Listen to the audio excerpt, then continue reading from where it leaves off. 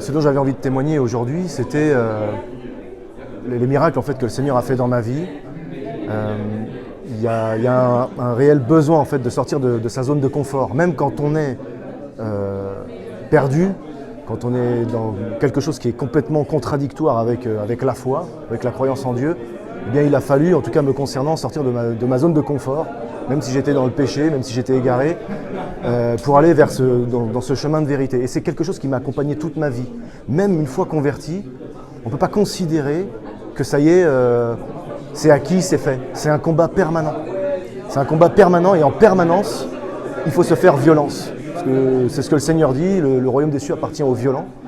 Et cette violence en fait saine, ajustée en Dieu, pour le royaume en fait, c'est un combat à mener en permanence. Et donc c'est ce que j'ai essayé de transmettre ici. Moi, c'est ce que j'ai vécu dans mon cheminement, c'est ce que j'ai vécu dans le travail que j'ai fait aux côtés des chrétiens d'Orient, dans l'association SOS Chrétiens d'Orient.